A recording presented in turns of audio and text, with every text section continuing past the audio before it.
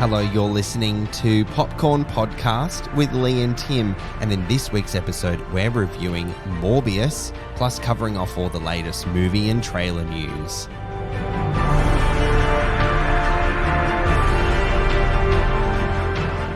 I'm Tim Ifland, movie buff. And I'm Leigh Livingstone, entertainment journalist. And we love to talk all things movies. That's right, today we're talking about Morbius, which follows biochemist Dr Michael Morbius, who tries to cure himself of a rare blood disease by merging his DNA with that of a vampire bat. But he inadvertently infects himself with a form of vampirism that fills him with the urge to hunt and feed on blood. Morbius is directed by Daniel Espinosa, with a screenplay by Matt Sazamar and Burke Sharpless, based on a story by Sharpless and Marvel Comics from Roy Thomas and Gil Kane. Morbius stars Jared Leto, Adria Arjona, Jared Harris, Matt Smith, Tyrese Gibson, and Michael Keaton, which isn't a spoiler because he's in the trailer. He is in the trailer, that's right. Leigh, I love a vampire flick, right? I'm just going to start there. Okay. One of my all-time favourite films is Interview with a Vampire, starring one of our faves, Tom Cruise. It's got Brad Pitt in there and Kirsten Dunst. Do you enjoy a vampire movie, like as a staple? Like, do you like them? Yeah, this isn't a traditional vampire movie though. No, totally not. This is a superhero film mixed with vampirism. Yeah. There's a lot of speculation around this character. Like, people are very excited about this film, so emotions are running very high. It's not your usual Marvel fare. No. I mean, I like the premise of introducing like the vampire legend and that sort of world into, you know, a more modernized version of, is it the Sonyverse or the Spider-Verse? I don't know what they call it. Sub Marvelverse. Yes, sub Marvelverse. And the hook on the marketing collateral for this was a new Marvel legend arrives. Right. Did you think that there were legendary vibes about this movie, Morbius? The short answer is no. Okay. Okay. I will say this film is getting ripped to shreds. It is, isn't it? And I don't think the vitriol is warranted. It's not that bad, guys. Okay. It's not great, but it's not that bad. So the movie begins in media res. We're dropped straight into the action of Dr. Morbius gathering his bat DNA in some remote location. And then we flash back to his health struggles as a kid. So they're dropping us straight in the action, which I enjoyed. And it's a good way to hook the audience in immediately. But where it started in that sort of exciting realm, for me, Leigh, like I feel like I'm going to be part of the noise that this film was quite average. I do agree. I don't think it was the worst film ever made. Yeah. But it wasn't great. But when you're referencing like the flashback where you get to learn who Morbius is, I found those flashbacks like rather cringy. How did you experience them as the viewer? There are a lot of cringy moments in this film, and we'll talk about them a bit later. Sure. Most of them involve people being shirtless. I think the worst thing about this film was that the script is heavy-handed on the exposition. Sure. They're trying to shoehorn a lot of stuff in, and it was just, I thought it was a bit of a slap in the face, okay, because you've got lines like his love interest saying, what are you doing? And he's like, what am I doing? And she's like, let's jog your memory. And then she just explains this whole freaking story that wasn't hers to tell. So it's unusual because it's coming out of this character's mouth. It was the wrong choice of character to be telling the story, for starters. Like, he should have been telling the story. It would have been more natural. Yeah. And the fact that they're really like hitting you over the head with it. And when you're lazy like that, or you treat the audience like idiots, it just doesn't go down well. Yeah, it's insulting, isn't it? Because you're introduced to Morbius, or Michael Morbius, as a boy, and we really do just like skip to him as an adult, as an accomplished biochemist. We're there to assume that he's been making all these breakthroughs and working on more challenging science, and we get none of that discovery in this movie, that really exciting trial and error or character development as he's, you know, surveying his science and what he's trying to achieve. Yeah. And as you said, we just get served this really insulting slap over the head context that we're not really appreciative of getting in that way. It's just not very sophisticated in terms of the screenplay. You can see what's coming a mile away, and that's not always a bad thing. but you know what the conflict's going to be here. You know what the whole movie's going to be before you see it.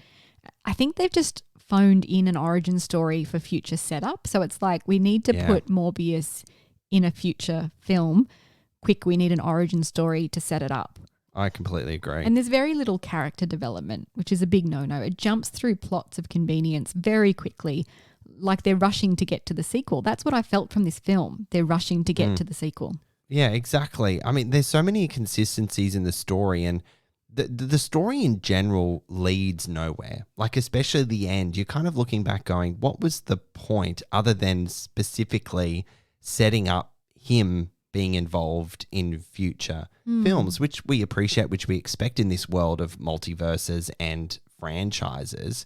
But the whole role and purpose or significance of the characters in this film, like what is it offering to the wider context? I'm just a little confused. I think what they're trying to do is set up the character's struggle. You know, the whole thing about Morbius is that he thirsts to hunt for blood. Right. But he's sworn to help people as a doctor. So it's that inner turmoil.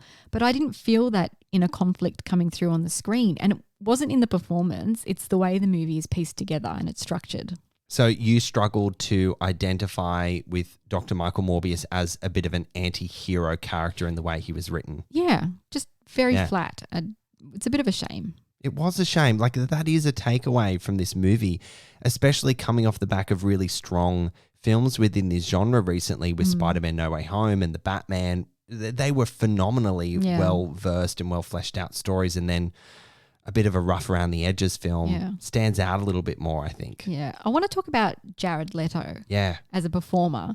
You know, he cops a lot of flack recently for House of Gucci, for WeWork, you know, the Joker, obviously.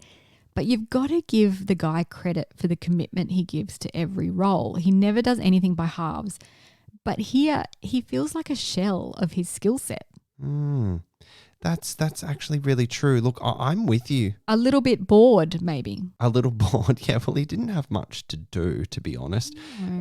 I think he is an incredibly accomplished actor. I love Jared Leto. He gets so much crap for no real reason. I don't understand it. I know you feel the same way. I think it's the behind the scenes stories as well. Like, he commits so hard and does some weird things like, you know, gifting Margot Robbie a dead rat in character as the Joker. You know, I think that's a little bit too far. But he's a method actor, isn't he? That's what he's known for. Do you think he method acted Dr. Michael Morbius? I don't know. Or was he just kind of like coasting along? I mean, his physical performance is really quite good. And even the director said he feared for Jared Leto's spine because he committed so hard to preparation that he was always in that kind of bent, twisted position. Shit, really? Yeah. So, I mean, like I said, he commits 110%, and I really admire that about him as an actor. Some of the things that did crack me up in this film, though, are when he drinks the blood and it's so torturous, you know, almost as torturous as taking his shirt off. And there were many shameless, shirtless moments. But he squeezes the bag. Do you need a minute? You're thinking about Jared Leto with his shirt off. Do you know what? I am, and I'm not mad. 100%. You know what? Nobody has any business looking as fucking good as Leto does at nearly 50 years old, or maybe he is 50. I don't know how old he is exactly, but his skin is ridiculous. I know. Like, I'm going on 34 at this point, and I'm looking at Leto going, you know what? I don't even look that good right now. He's 50. Come to Bat Daddy. Stop it. You're killing me. Oh gosh. Yeah, look, I'm not mad that he took his shirt off, but it was a moment of just convenience for that slow-mo that this movie leaned into a lot, that he took his shirt off and noticed his pectoral muscles. Eat your heart out, Tom Holland. I know. But going back to the blood, okay, so he drinks the blood and he squeezes the bag once and then chucks it away. And I'm like, if you drank more, dude, you would be stronger for longer. Finish the bag. Finish your meal before you move on. So some of just talking about the blood and leftover blood, I found some inconsistencies in Morbius's lust for blood because Right. there's a moment where one of the characters has the tiniest finger prick of blood on her finger, and he's like, put it away, put a band-aid on that, and then and then. Can I just say to our listeners, Jared Leto does not make that noise. It's quite over exaggeration there. You are not wrong. But then there's another character that he has an encounter with. Sorry, Leah. Sorry, I've lost. I've broken you. There's an encounter that he has with another character, and he's literally bleeding everywhere. Yeah. And he doesn't lust after that blood at all. So I just found that really strange to believe how much he yearned and wanted the blood in one moment from a finger prick, and then when their guts are flying out everywhere, he's like, it's okay. Maybe it's just because it was his love interest. I don't know. Maybe. But you know, oh, Jesus, Tim. I will say the chemistry between Adriana Iona and Leto was nice. I believed that. Yeah, that was good. That was good. We wanted more from that, I think. I think that's like a statement of this film. We just wanted more of these characters. Do we want to talk about Matt Smith, who played Milo? What was your take on him? I guess we have to. I was impressed with his physical transformation also. He does a little shirtless dancing scene, and I thought, oh, okay. Was a vibe. Yeah, it's one of those cheesy, cringy moments where you don't need to have the shirt off. But, you know, he worked hard, so let him have his moment. The takeout I have with Matt Smith is that he seemed to have a lot of fun here. Yeah. And he reveled in the task of being the villain. But I was just sad that that was the villain that he was given as an actor, because there really wasn't much substance to it, was there? Again, it comes down to the character development. They didn't really set things up as well as they could have. Let's talk about the CGI and the action, because it's, you know, it's a superhero flick. You got to talk about these things. I actually really liked the design of the visual effects, and that's one thing that's copping a lot of shit online. There's this wispy purple CGI thing that happens when he flies or he moves, and the way he moves I thought was quite impressive. But the criticism that I'm seeing is that it's a one-trick pony and that's all they do. Yeah, I liked that layer of the effects as well. It was very inspired by Nightcrawler, I think is the hero from the X-Men. Yeah. It was very inspired by that, and I really liked it. It looked really cool on screen, but from my perspective, that was the only piece of CGI that looked half decent in this movie. Right, okay. I did enjoy also the way they had him flinging himself against glass and walls like bats do. Oh, that's an interesting observation. The design and the connection with bats I thought was quite good. But, okay, answer me this. Why do their whole faces change? Like the whole bone structure of his face changes back to human again and to bat. Like, how does that happen? Explain the science, please, behind that. Oh, look, I'm not as an accomplished biochemist as one Michael Morbius. I don't know. That was odd. Like, I wasn't mad about it. Like, I guess it made sense in the context, but it was very obvious. And the moments that they did morph their face during conversation in and out was a little odd. What was prompting it? Was it just getting angry and cooped up, or was it when they were more lusting for blood? There was just, again, inconsistencies to the character design based on the plot development and the character motivations. Maybe some Dr. Michael Morbius experts can write into the podcast and let us know the thinking behind that. Maybe in the comics it's a bit more clearer. Yeah, maybe there's some context or explanation behind it. That's a good call to action to our listeners out there, Lee. Shall we wrap up Morbius, or do you have some more that you'd like to talk about? Do you want to go back to the shirtless scene? Blah, blah, blah. Yeah, I will just go back there in my dreams nonetheless, Lee. All right, I think the vitriol surrounding Morbius is unwarranted. It's not atrociously terrible. It's just quite dull. And perhaps that's a worse crime for a conflicted anti-hero that could have brought something unique to this cinematic universe. It's like the filmmakers quickly phoned in an origin story because they have something else planned, except this movie has been delayed for years. So they really had no excuse not to go back and put some extra time and effort into it. I'm going to give Morbius 2 popcorn kernels out of 5. Well, there you go. Look, Lee, I'm joining the masses on this one. Although I don't think it deserves to be completely written off, I do think Morbius is a very average film. And I'm struggling to figure out how it ended up this way. You just made a really good point. it's been delayed for so long, they could have gone in and tweaked it here and there. The script felt incomplete, and there was no real care taken in developing this origin story with much weight or context behind the plot or the characters. Of course, Morbius will show up within this, Spider-Verse, Sonyverse again, but I'm not excited by it. So whatever director has that task in the near future will have a tough job on their hands to make us connect with and care about Morbius's inclusion. I'm also going to rate Morbius 2 popcorn kernels. All right, guys, Morbius sinks its teeth into Australian cinemas from March 31st. Support for Popcorn Podcast is brought to you by Manscaped, who is the best in men's below-the-waist grooming. Manscaped offers precision-engineered tools for your family jewels. Manscaped recently launched the ultimate men's hygiene bundle, the Performance Package. Join over 4 million men worldwide who trust Manscaped with this exclusive offer for you. 20% off and free worldwide shipping with the code POPCORNPOD at manscaped.com. The Performance Package 4.0 by Manscaped has arrived, and it's an absolute game changer, Leigh. Manscaped were kind enough to send me some free product, which I've loved using. And even as a married man, I still need to keep things fresh and sexy down there. Oh, you do.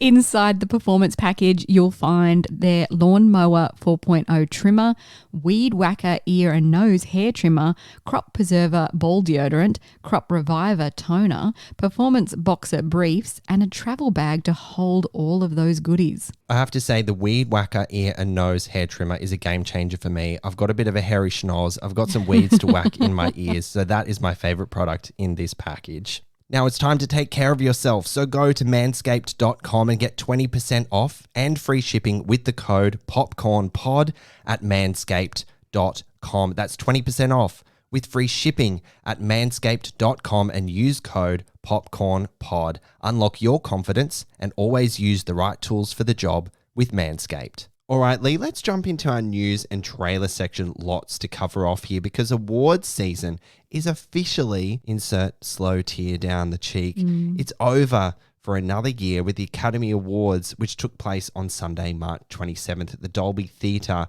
in Los Angeles. So let's break down, all the winners, some snubs, and maybe just a sprinkling of controversy from the night, shall we? Controversy? What are you talking about? I don't know her. Oh. There is a lot to unpack here, especially when it comes to the shocking and much debated altercation between Will Smith and Chris Rock on stage. You say altercation, but, Will Smith assaulted Chris Rock, basically, after Rock made a distasteful joke about Jada Pinkett Smith. We watched the Oscars together. We did. Leigh and I. And when that started to play out, I was actually laughing along because I thought it was part of the bit. Yeah. Obviously, I've watched this moment happen over and over and over again, and it's everywhere. You can't escape the slap. And it seemed quite comical at one point. The slap seemed fake, but it was 110% real. What's your take out from this, Leigh? I think the reason it felt fake, and this is just my opinion, is I think based on the body language, people think it's fake because the body language, he didn't come in for a slap. It's like he did it fake quickly. And what I think is that he wasn't intending to do that. I don't think he went up there intending to do that, but there was a split-second decision when he was up there and he slapped him. And that's why it doesn't look natural, because it was a split-second decision in the moment. That's my opinion, which doesn't excuse it at all. Violence is never the answer. It's a shitty joke, but it could have been handled a lot better. 100%. I mean, the Academy are looking at ways to reprimand Will's behaviour, whether they take away his membership of the Academy Awards or whether they ask him or don't ask him to return to present in the 2023 ceremony. I think they shouldn't take his award from him because he earned that. Agree. And it was 100%. a stupid mistake, but people like Harvey Weinstein still have their award. Roman Polanski still has his. I think taking the award would be a mistake. Definitely some kind of consequence needs to happen, whether that is that he doesn't get invited back for a couple of years or he doesn't get nominated. He's not allowed to be nominated for a couple of years maybe. Yeah, well, we'll sit tight and see what comes of it. And there's, this isn't the last of this conversation. It's a very divided topic around the world, and, to say the least. Opinions are like assholes. Everyone has one and everyone has an opinion about this. Yes, that's what my grandfather used to say. He loved that saying. Now, Leigh, let's talk about some winners. Yes. Who won Best Picture at this year's Oscars? Best Picture was won by Coda, which is very exciting. A streaming service won Best Picture. That was massive. Huge. Were you happy about that? Look, I've been quite vocal about this film on the podcast and other conversations. Coda is a nice film. Yeah. It is a good movie. I don't think it's the best film of the year, in my humble opinion. I really think West Side Story or The Power of the Dog deserved this accolade over Coda. Well, I mean, speaking of The Power of the Dog, Jane Campion won Best Director, her second nomination, and third female director to win the award? Is it third? Yes, correct. There you go. After Catherine Bigelow and Chloe Zhao. There you go. She's the third. Best Actress in a Leading Role went to Jessica Chastain for The Eyes of Tammy Faye. Best Actor was Will Smith, as we mentioned, for King Richard. Best Supporting Actress, I freaking love this, Ariana DeBose for West Side Story. I'm so glad that she won. I loved her speech. She's the first openly queer woman of colour to win an Academy Award, which is just fantastic to celebrate in of itself. Were you happy with Jessica Chastain winning? I was. I really think she's very deserved. I mean, I would have been super pumped to see Penelope Cruz win for Parallel Mothers, and of course Kristen Stewart for Spencer, who we both absolutely love in her role. And then of course my wife Nicole Kidman for being the Ricardos, but she's won before, so I'm happy to see Chastain win. What about you? It was such a strong category. I mean, I was champion Kristen Stewart all the way, but yeah, I think Jessica Chastain is very deserving. Also, Best Original Screenplay was Kenneth Branagh for Belfast, which I was very happy with. Yeah, super happy with. And Coda, along with its Best Picture win, took out the Best Adapted Screenplay trophy and also Best Supporting Actor for Troy Kotsur, which was really lovely to see. We were disappointed that The Mitchells versus the Machines didn't win Best Animation. I think that was the clear frontrunner, but Encanto, of course, was going to win. It's Disney, But the writing was almost on the wall there. But we interviewed the head of story, Guillermo Martinez, head of story on Mitchells versus the Machines, so you can check out our interview with him where you get your podcast right now. I'm also really happy that Jenny Bevan won Best Costume Design for Cruella, because that was fantastic. I loved her speech. She's a funky lady. Yeah. I loved her up there on the stage. Yeah. Should we talk about the hosts? So we had Amy Schumer, Regina Hall, and Wanda Sykes. What did you think of the hosts? I really loved them in their own separate ways when they popped in throughout the life of the telecast. What did you think of their collective comedy? I think they didn't pop in enough to be called hosts. And they do this all the time. They label a host, but then they're hardly in it. Gone are the days of Billy Crystal or Hugh Jackman, where they're there constantly. They're a thorough thread all the way through the ceremony. And instead of just like skit relief. The headline for me is that I was just really happy to see hosts in the Oscars, all of itself. I think there's a bit of work to do to find that balance, like you've said, but it's great to have some sort of consistent voice, albeit 3 of them, after 3 years without any host whatsoever. Yeah. I do think 3 was too many, but I think they did a good job. Yeah, I do too. Oh, can we talk about the moment between Lady Gaga and Liza Minnelli before we move on? Because that's just beautiful. So Lady Gaga came on stage with Liza Minnelli in a wheelchair to present an award, and Liza needed a bit of help, and Lady Gaga was so kind. God, she's a beautiful soul. So much compassion. There was this beautiful off camera, but the audio was still on, where Gaga whispered into Liza Minnelli's ear as they were about to read out the nominees for Best Picture, which was the award they were presenting. She said, "I've got you." And Liza Minnelli responded, "I know." And I just, the chills. Oh, no. It's just beautiful. It's just wonderful. It was a really nice way for a quite tumultuous award ceremony to end on such a beautiful moment of respect. Until next year. Until next year, and you know where to come to get all the Oscars goss. Yeah, exactly. So, Tim, Tom Cruise is currently in a fight with Paramount Pictures over the release strategy for Mission Impossible 7. Cruise is a fierce advocate of the cinema-going experience, and he's not happy, Jan, with Paramount's proposed 45-day theatrical window before it hits the Paramount Plus streaming service. So obviously the last couple of years have seen some major changes in studio release strategies. Yeah, hasn't it just? Look, this is what Cruise wants. He wants a 3-month theatrical window in place and has instructed his lawyers to fight for such an outcome. It comes off the back of COVID-19, which has really plagued the production of the 7th Mission Impossible film over the last couple of years, and a ballooning budget believed to be upwards of US $300 million now. That's a huge difference to Michael Bay's Ambulance, which just came out and it was done on a $40 million budget. Oh, wow. Crazy. So Crazy. Mission Impossible 7 is currently due to arrive in cinemas in mid-2023, although it was supposed to be this year. So we'll see what happens. Oh, we are exercising patience more than we want to, but won't be too far away. Ezra Miller has been arrested in Hawaii. That's the headline here. The Fantastic Beasts and the Flash star was charged with disorderly contact and harassment following an alleged incident inside a bar where he allegedly snatched a microphone from a woman singing karaoke and also lunged at a man playing darts. Okay, so this is why I feel like the Flash is going to fall flat. Right. There is so much controversy around this actor. This is not the first time that he's been in trouble for things like this. And yeah, I just feel like it's going to be affecting the marketing strategy and the launch of it, and it's been delayed, and I'm just not feeling the Flash at all.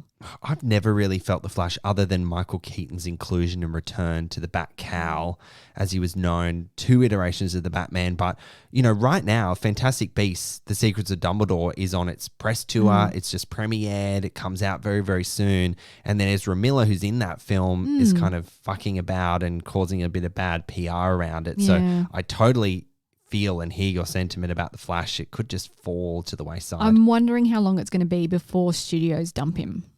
The writing seems to be on the wall at this point. I don't know. It's just, is it more trouble than it's worth? We'll see.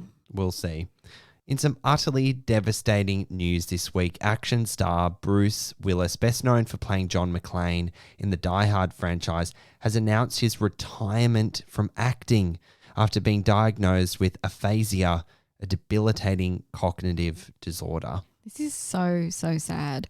So a joint statement was posted on his family's social media accounts explaining that Willis has been experiencing some health issues and has recently been diagnosed with aphasia, which is impacting his cognitive abilities. As a result of this, and with much consideration, Bruce is stepping away from the career that has meant so much to him. This is just super sad. I don't know much about this condition, but apparently it makes it hard for him to speak and deliver his lines properly. Right, and you can obviously imagine how challenging that would be for an actor who has to learn lines and lines of dialogue for monologues and such like. So, I mean, this is so sad that an actor has to walk away from their celebrated career completely out of their control. They don't get the swan song, I guess, that they so deserve. But maybe he just needs to rest and reassess how he moves forward in life with this condition. Because, I mean, you look at actors like Michael J. Fox, who suffers terribly from Parkinson's disease, but he has been able to act every now and then in small roles. And, you know, maybe Bruce will be able to do that in future once he gets a handle on things. I don't know enough about the condition to know how debilitating it is, but, you know, he's hoping. Yeah, I'm with you on that one. He's hoping. So we got a trailer this week for visionary director Alex Garland's latest film called Men. It follows Harper, played by Jessie Buckley, who retreats alone to the beautiful English countryside after a personal tragedy, hoping for a place to heal. But someone or something from the surrounding woods appears to be stalking her. Oh, I loved this trailer. There was so much atmosphere to it, right? Is it men? Is it men stalking her? It's always the men. The film promises to be a feverish, shape-shifting new horror film and will be in Australian cinemas from June 16 of this year. Yeah, the trailer was pretty spooky. There's all like peach trees and was it peaches? Peach trees, don't pick from the tree. And all these men, like fruit. She seemed to be the only woman in a town full of men. Yeah, I'm very intrigued by this movie. As a woman, that's scary enough as it is. Sorry. So in more trailer news this week, we got a fun look at the untold story of one 12-year-old's dream to become the world's greatest supervillain, none other than Gru, voiced by Steve Carell from the iconic and wildly successful Despicable Me franchise. Is that every 12-year-old's dream to be the world's best supervillain? I wonder. We'll do a survey.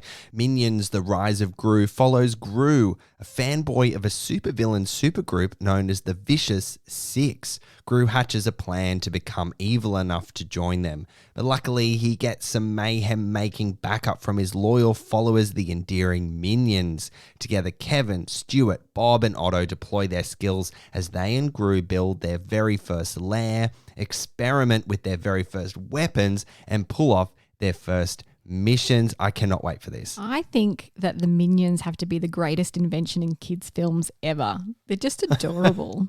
And Universal Pictures and Illumination Entertainment are rubbing their hands together for the marketing dollars and all the merchandise. Illumination. That was very good. I love that. Minions: The Rise of Gru is in Australian cinemas from June 23rd. Leigh, I think it is only fitting to end today's episode with a discussion about a new trailer for Tom Cruise's long-awaited sequel, Top Gun: Maverick. Oh, every time I watch one of these trailers and that music and like the speed, I feel the need for speed. Right. After more than 30 years of service as one of the Navy's top aviators, Pete Maverick Mitchell, played by Tom Cruise, finds himself training Top Gun graduates for a specialised mission, the likes of which no living pilot has ever seen. Facing an uncertain future and confronting the ghosts of his past, Maverick is drawn into a confrontation with his own deepest fears, culminating in a mission that demands the ultimate sacrifice. I'm so on board with the premise of this movie, and we don't have to wait very long because Top Gun Maverick flies into Australian cinemas from May 26. Did you feel the adrenaline from this trailer though? It's so nostalgic though, isn't it? Like as soon as you see Tom Cruise in the plane and all that kind of stuff, you just get the blood pumping. Doesn't it? Oh gosh, not long. May 26. Come on, we can hold on just a little bit longer, Leigh. And on that note, that's it for another episode of Popcorn Podcast. Guys, we covered Morbius, which is in Australian cinemas now, pretty much. Pretty much. And guys, as always, thank you so much for listening. We'll catch you next time. Come and join in the conversation. You can like us on Facebook and follow us on Instagram at Popcorn Podcast.